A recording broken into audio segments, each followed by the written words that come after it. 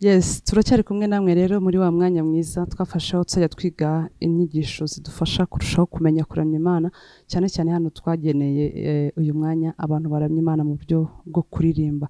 Ngire ngo murabyishimira kandi muzakomeza kugenda mubyishimira.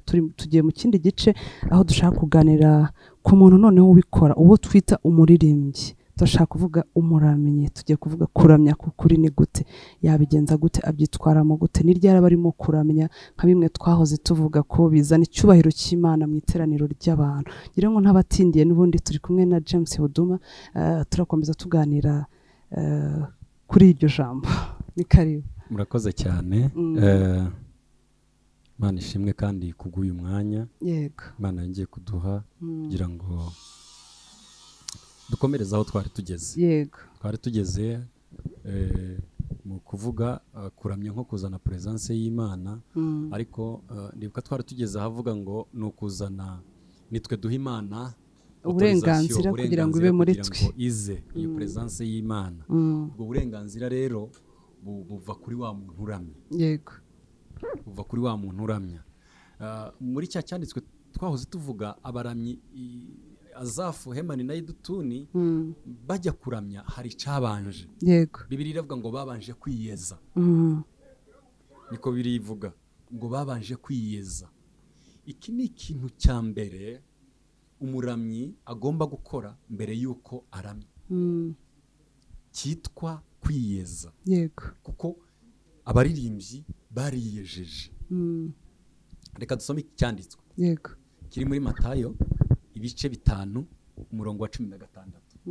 Bibiliya iravuga ngo abariko umuco wanyu ubonekera imbere y'abantu kugira ngo nibabona imirimo yanyu myiza. Yego. Bahereko bahimbaza so wo mu ijuru. Iki cyanditswe ndagikunda cyane. Umuririmbyi ntago ajya aririmba ngo ari byo bikoza abantu kuririmba, ari byo bituma biba imbarutso y'abantu nabo ngo baramye. Yego. Abariko imirimo yanyu myiza igaragara imbere y'abantu kugira ngo nibabona imirimo yanyu myiza bahereko abantu bareba abantu nibabona imirimo yanyu myiza bahereko bahimbaza. Yego. Apana nibumva indirimbo nziza, kuko kuramya indirimbo ziba nziza mu matwi zivuye ku buzima bwa nyiri kuramya. Yego. Wow. Iyo atari ibyo nukuzuza definition ya muziki. Nukuzuza definition ya muziki. Turimo tuzuza definition ya muziki. Iyo bitabanjirijwe hari akantu sinzi karasa nagashekeje nkunda kubwira abantu iyo ndi kuganira n'abaramyi kenshi. Hari igihe umuntu agira amahirwe yo kugira ngo uganire n'abaramyi inshuro nyinshi, hari igihe bijya bibaho ngasanga nice mu iteraniro ry'abaramyi ndimo kubaganiriza. Njya mbabwira ngo abakristo ni abavunjayi. Wewe uri umuririmbyi ufashe microphone, ntago bakubona na microphone, bakubona mu muhanda. Yego. Iyo hariya duhagaze imbere y'abantu dufashe microphone bajya batureba turi mu muhanda. Hanyuma iyo turi mu muhanda nibwo bajya babona dufashe microphone. Niko bakristo babayeho. So ni gute rero umuramyi agomba kubaho? Nuko ubuzima bwa microphone bumacinga n'ubuzima bwo mu isoko, umacinga n'ubuzima bwo ku kazi. Donc kuri abakuzi muhira umuntu nakubona na microphone ntatangazwe no kubona uyifashe. Ngo nagereranya ubuzima bwa microphone urimo uraramya n'ubuzima ubayeho ngo bimucange. Yego. Kuko ndaza kugaruka ku kintu sinzi niba nza kubyita kandi definition. Kuramya ni imirongo ibiri. Ni vertical line and horizontal line. Ni umurongo uhagaze n'umurongo tambika. Ni kuramya ni vertical line and horizontal line. No kuvuga uyu muntu w'umuramyi kugira ngo abeho aramye byuzuye agomba kuba imirongo yombi atashaka kuyibura. Gute? No kugira ubusabane bwuzuye n'Imana niwo murongo uhagaze. No kugira umusabane bwuzuye n'abantu. Kuko bari abantu nibo dushaka gushikiriza guhereza presence y'Imana. No kuvuga twebwe tugombye kuba turi en connexion n'uyu muntu, tukaba kandi muri connexion n'aba bantu. Yego. Aba bantu bataducira urubanza, tudacirwa urubanza n'Imana. Iyo tudacirwa urubanza n'Imana itumanurira presence yayo. Iyo tudacirwa urubanza n'abantu tubasingiriza presence y'Imana. Yego. Uyu muramyi rero agomba kubaho yuzuza iyi mirongo yombi. Yakira atanga, yakira atanga, adafitanye urubanza n'uyu umuha. Presence y'Imana, afite ubusabane bwuzuye n'Imana, aba ariko imirimo yanyu igaragara imbere y'abantu kugira ngo bahere ko bahimbaze. Aba bantu tuba duhagaze imbere ntibakeneye kutumenya hariya ku gatuti, bakeneye kutumenya muri buriya buzima. Bahuza ubuzima bwacu n'izi ndirimbo turirimba, bikabatera kurana, bagaherako bagahimbaza. Ariko byavuye ku mirimo. Iriya mirimo nibyo biza bisembura. Kuko iyo mbayeho mu buzima buririmba butandukanye n'ubuzima mbayeho, reka mbivuge muri iri jambo, iyo ndi umuramyi ubayeho mu buzima butandukanye no kwitwa kuramya, mba ndi umuhakanyi wo kuramya. Kanze kubisobanura neza. Abahakanyi bo kuramya ni abaramyi, les anti worship ni aba worship. Ni ryari umuntu ajya mu anti worship, mu contre, sinzi uko mbyita, umuhakanyi ni icyo kinyarwanda. Umuhakanyi wo kuramya ni umuramyi. Gute? Niyo uramya ukaba ubuzima butandukanye no kuramya, uba uri umuhakanyi wabyo. Kambivuge nanone muri iri jambo, iyo wizera ukaba ubuzima butandukanye n'ibyo wizera, uba uri umuhakanyi wo kwizera. Iyo twitwa abaramyi tukabaho ubuzima butandukanye n'iyo atmosfere, tuba turi abahakanyi. Kuko ni imirimo yacu iza yemeza ko turi abaramyi, kandi ni imirimo yacu igihakana ko turi abaramyi, tutarabaramye kwa. Ubwo rero igikenewe n'iki mu buzima bw'umuramyi mbere y'uko njya guhagarara hariya hantu? Ari nabyo biza bizana nanone kandi presence y'Imana. Twahereye ku rukundo umuntu akunda Imana. Noneho icya kabiri ni imirimo. Mu mirimo ndaza kubivuga, kubyita izina ry'imbuto twera. Imbuto zacu twera zizana presence y'Imana iyo twahagaze turamya. Imirimo yacu dukora, kuko Bibiliya yavuze ngo nibabona imirimo yanyu myiza bahereko. Ariko si indirimbo, ariko wibuke ko turi abaririmbyi, ariko abantu ni imirimo bareba, bakuvunje mu mirimo. Ntibazakuvunja, Stephanie uzi kuririmba neza, ntibazakuvunja ku ijwi ryiza, bazabanza barebe Stephanie ese biriya arimo arakora. Nibyo bya bindi. Kubera kuganira n'abaririmbyi, bigeze kumbwira ngo umuntu ngo yaravuze ngo basibira amaseko nakumva audio ye, bariko ntarebye video ngo mbone ko ari bo wahoze aririmba. Kubera iki bahoze bavuga ko bashaka kumva audio badashaka? Nuko imirimo ye n'irijwi rye n'ibi bintu yarimo aririmba ntibijyana. Reka basi nzajya numva, ariko abantu bazishimishwa bwa buzima ubayeho, bavuga wow, burya ni Stephanie, reka tujye mu rusengero asengera buriya disi, uzi ko agenda. Ntabwo bategereje kubona na microphone ngo bamenye kuri umuririmbyi. Ntibaba bategereje ngo, kuko wagombye kubaho mu buzima bwo mu rugo, bwo ku kazi, aho uba nk'ufashe microphone. Kuko kenshi iyo dufite microphone turi bungenga, iyo turi imbere hari imbere turitwararika tukibungenga, donc tukagerageza guhumiriza bya bindi abaririmbyi bajya bakora. Urabizi, ukagira ngo none hariya nibyo bijyana bituma abandi bajya mu mwuka. No, ubuzima bwawe ni buse naho ari bwo bufashe microphone, wige kwibungenga uhimbaza Imana. Nibyo bizatera abantu guhimbaza Imana. Byavuye imibereho yawe. Iyo mibereho yawe niyo izatera indirimbo ko abantu bazumva bakaraba. Ariko nibabona imirimo yawe myiza, nibabona imbuto zawe nziza, apana ijwi, ijwi niriherekeza ku mibereho yawe. Noneho abantu nibumva ijwi bavuga ngo wow, iri ni ijwi rya Stephanie, bega bahereko bahimbaza. Umuramyi, icyo ni icya mbere. Nimo kwihuta kubera ikibazo cy'umwanya. Ndagaruka ku cya kabiri rero. Muri Yohana aho twasomye haravuze ngo igihe kirageze kandi kirasohoye ubwo abaramya data by'ukuri bagomba kuramya mu mwuka. Umuramyi yagombye kuba, reka mpere kuri iyi definition imwe nziza.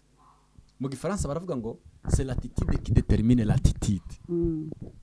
Attitude ko nitwara imibereho yanjye niyo yerekana kure nzagera cyangwa hafi. Yego. C'est l'attitude qui détermine l'attitude.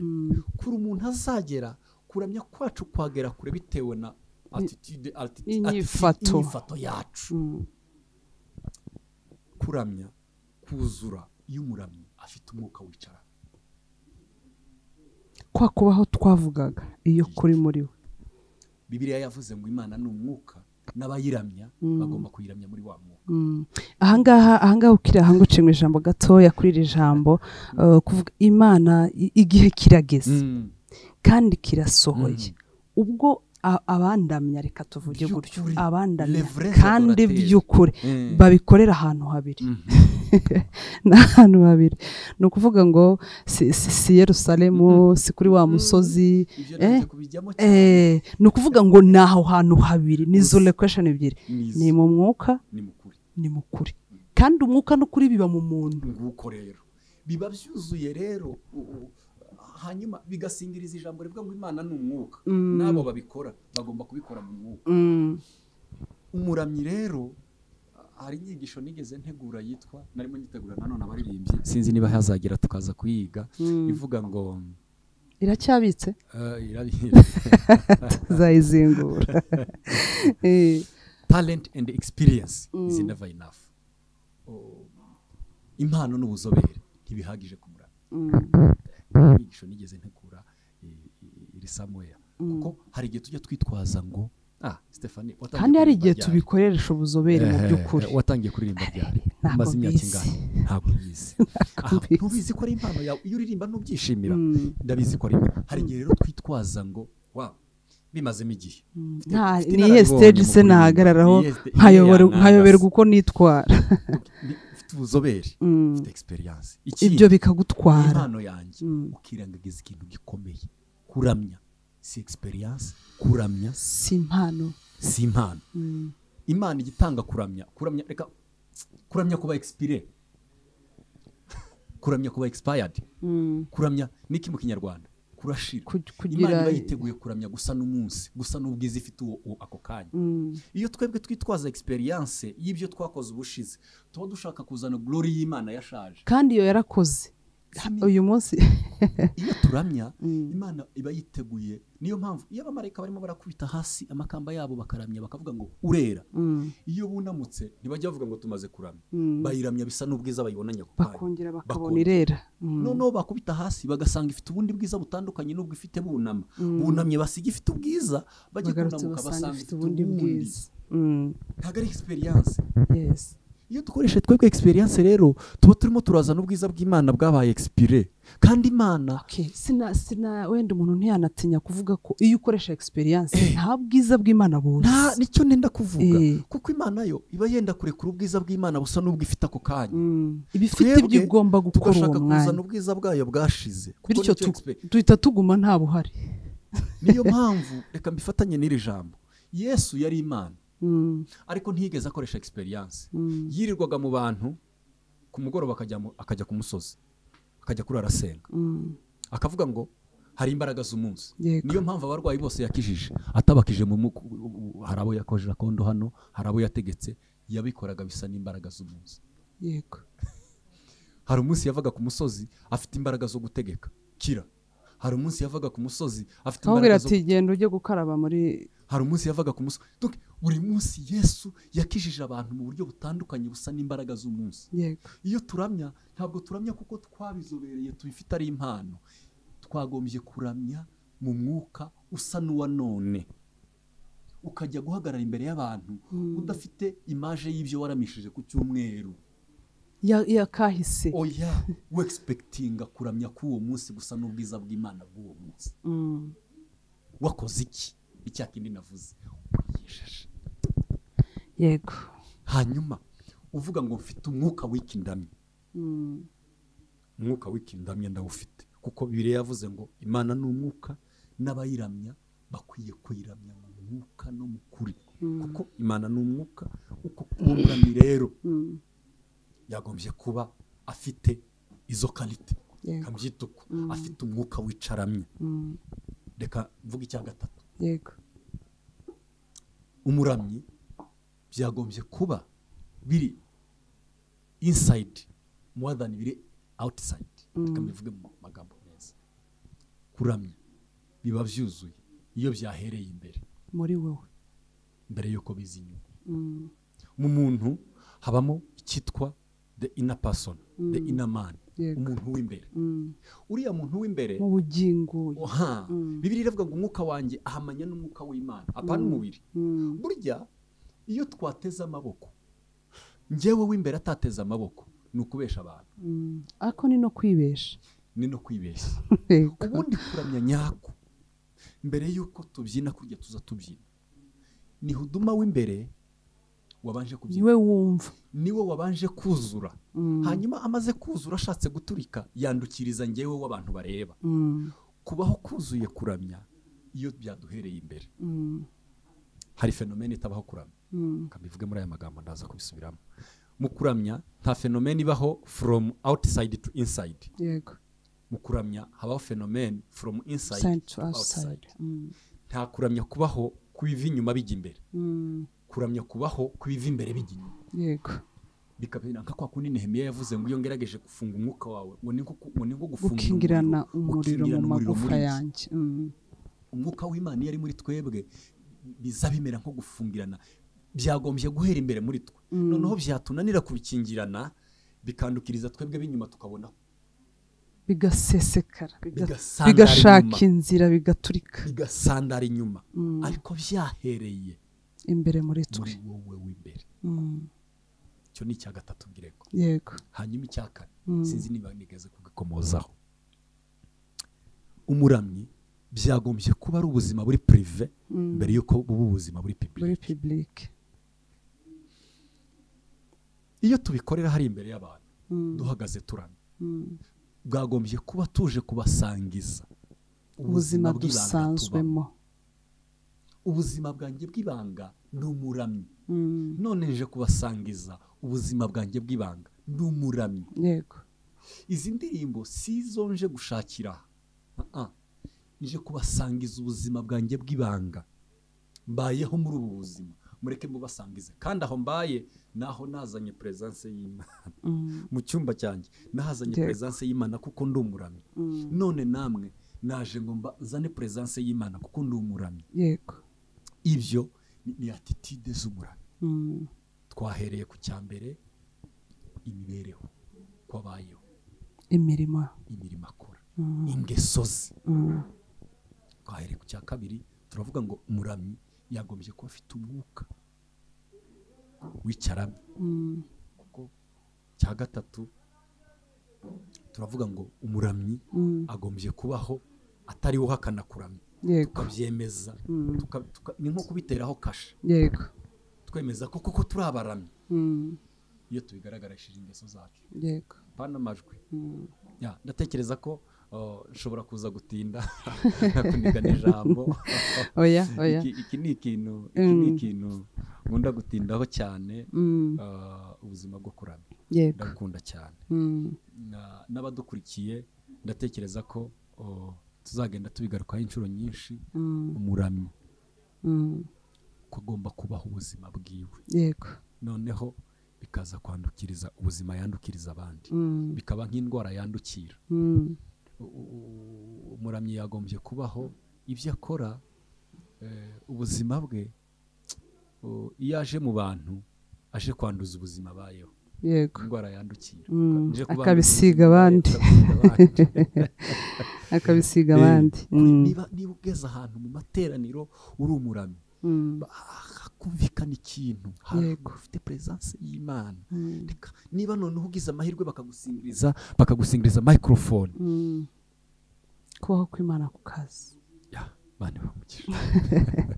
Ni ukuvuga ngo ubivuze neza kandi bihagije. Wenda dufite amahirwe ko tuzagenda tubigarukaho inshuro nyinshi kugira ngo birusheho gusa n'ibyumvikana kandi birusheho kudutrayininga kuba mu buzima buramya Imana by'ukuri, tukarenga kuba dukoresha indirimbo, tukarenga kuba dukoresha wenda umuziki mwiza no kwambara neza no gusa neza dore ko tutuye mu mujyi, ariko tukaba dukora kuramya Imana kukuri kuzuye. Ndazagaruka ku kintu wari uvuze ko abantu tutagomba kubaho muri experience, mu bunararibonye, kubera ko maze imyaka 10 ndi worship leader, kubera ko maze imyaka 10 mba ku gatuti, nzi ukuntu nabigenza iteraniro nkarihagurutse, nzi ukuntu nabigenza. Oya, turenge kuba tubona iteraniro rihaguruka, turenge kuba tubona abantu bashyushye, ahubwo tujye mu gituma haza presence y'Imana.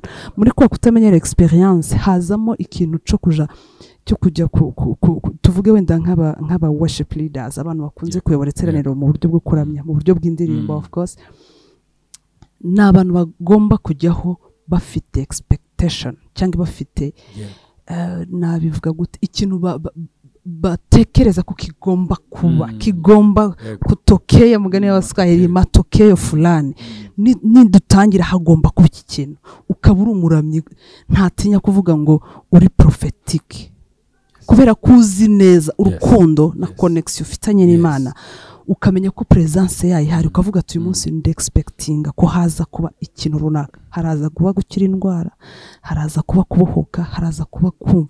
Ni ukuvuga ngo ibyo bituma biturinda gusubira muri experience. Hari akabazo kamwe ngira ngo nsigire abaramyi, uko ugiye guhagarara imbere y'abantu uzajya wibaza iki kintu. Ndatekereza ko abaramyi benshi bazaza kumva, jya utekereza ngo ndinde Imana yizera kugira ngo impereze icyubahiro cyayo ngo ihereze abantu. Who am I? Jewe ndi muntu muri nje, ndi muntu ki? Kuko ikintu Imana igikomeraho icyubahiro cyayo. Ntabwo Imana igipfa kurekera icyubahiro cyayo. Jya utekereza ngo ndinde ugiye guhagarara imbere y'abantu ngo Imana inyizere, kuko ibiri bujye mu bantu biraba bivuye muri nje. Ndinde Imana ibasha guhereza icyubahiro cyayo ngo ngisingirize abantu. Uko uhagaze imbere y'abantu. Kindi cya kabiri, ujya guhagarara imbere y'abantu uvuye. Yesu yazaga mu bantu avuye ku musozi. Dufite abaramyi batazi uko gusenga bisa. Kambisubiremo, abaramyi batazi uko gusenga bisa, kandi nta kindi kijya kizana ubwiza bw'Imana ku muntu ni ukubana n'Imana mu gusenga. Ndakuvuga ngo nta muramyi usenga ubaho, habaho umunyamasengesho w'umuramyi. Yego, nta muramyi usenga. Oya, wagombye kuba umunyamasengesho uramye.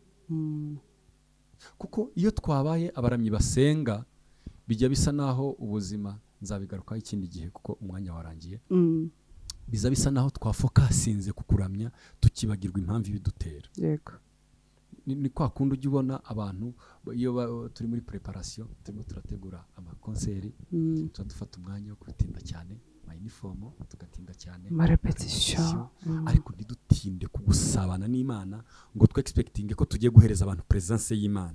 Ugasanga turimo turatinda sinzi, ariko aho twagatinze mu kubwira Imana ngo twuzuze kugira ngo tubone icyo twuzuza abantu, tugatinda kuri twebwe birebaho cyane.